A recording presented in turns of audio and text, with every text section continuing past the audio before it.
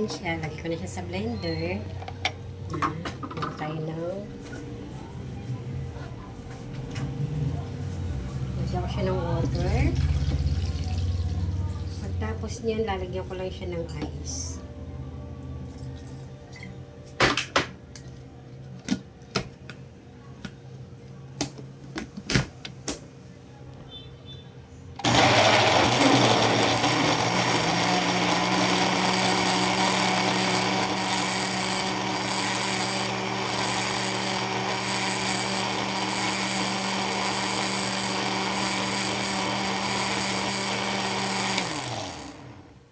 Ang kulay niya.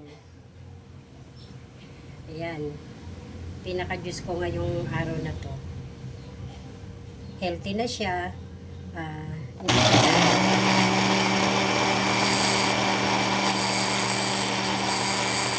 Ewan ko lang pag hindi ko